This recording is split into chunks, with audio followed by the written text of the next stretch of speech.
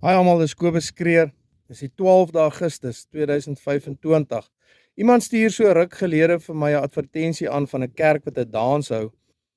Maar daar staan baie duidelik op die advertensie: moenie jou eie drank bring nie. Ondersteun die kroeg ten bate van die kerk. Iemand stuur vir my 'n ander advertensie aan van 'n kerk wat 'n hipnose aand hou. Ja, 'n hipnose aand. 'n Satans aand, is al wat dit is. Laat ek dit nou maar sê soos dit wil.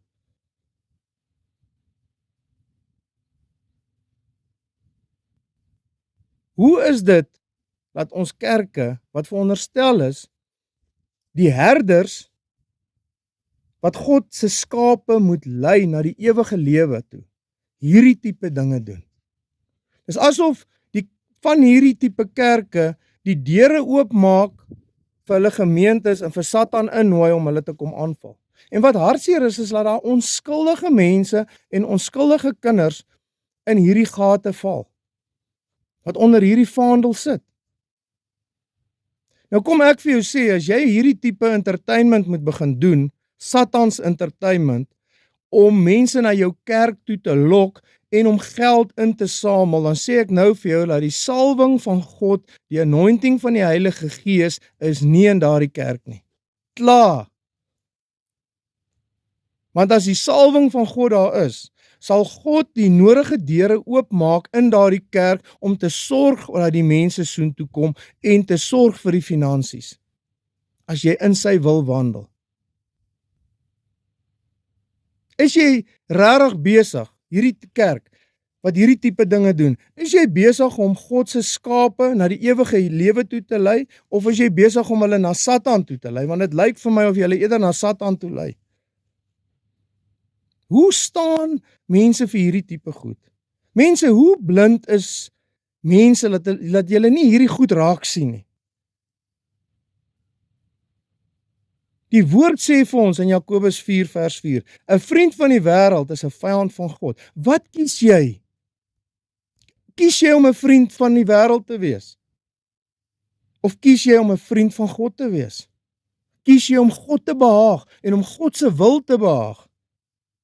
Daardie tipe goed, hoort nie in 'n kerk nie. Die skares mense, het nie Jesus gevolg omdat hy hipnose gedoen het of hy 'n party gehou het en gesê het bring julle drank, ons gaan 'n bietjie braai vanaand of wat nie. Die skares mense het Jesus gevolg omdat die signs and wonders Jesus gevolg het. Mense het by Jesus vrygekom. Siekes is genees. Duiwels is uitgedryf. Mense het vrygekom. Jesus het hulle geleer. Soos wat die skrif sê van 2 Timoteus 3 vers 16. God het die skrif ingegee tot lering, tot onderwysing.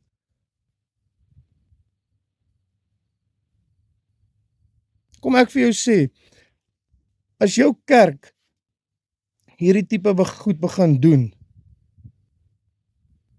is die salwing nie daar nie. Ek is jammer om dit vir jou te sê. En ek stel voor, jy gaan repent voor God. En ek stel voor, jy kom vry van hierdie tipe goed. Kom weg, so gou as moontlik. Kom weg. Want die intensies waarmee hierdie goed gedoen word, is absoluut verkeerd. Jy moet kies, jy het 'n keuse om te maak. Dit is vir my hartseer om te sien dat die herders van God se skape in die verderf lei.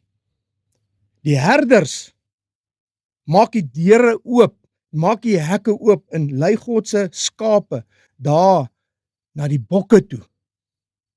In plaas van om die skape te lei na die ewige lewe toe.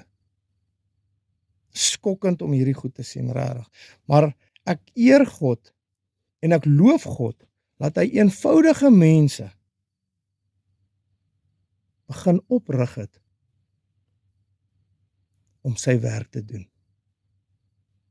Want die herders is nie meer almal in daarvoor om God se werk te doen nie, want hulle het begin verlei word deur die wêreldse dinge, en dit is nie almal nie. As pragtige mense van God, wat loop in die anointing, en wat God se werk doen, en wat lief is vir God, waaroor dit nie gaan oor entertainment nie, maar dit gaan oor om God te behaag. Wees baie versigtig, mense, in watse kerk jy sit, en watse gemeente jy sit, want waar jy is, waar hierdie tipe goed gebeur, moet jy weet, jy val onder die vaandel van dit wat daardie kerk voor staan. En moet my nie verkeerd verstaan nie, ek kom nie teen die kerk op nie, ek kom teen hierdie gebeure, wat die dominees en die pastore en die senior mense, die kerkrade toelaat, laat dit binne in 'n kerk gebeur. Dis nie vir my aanvaarbaar nie. En hulle kan maar vir my sê net wat hulle wil. Daai is teen die woord van God. 'n Kind van God hou hom nie op met daai gemors nie. Besluit vandag, wat kies jy? Kies jy lewe of kies jy dood? Kies jy die wêreld? Wêreldse entertainment? Of kies jy Jesus Christus? 'n eerbare, 'n rein en 'n heilige lewe tot eer van ons Allerhoogste God. Mense, baie seën vir julle.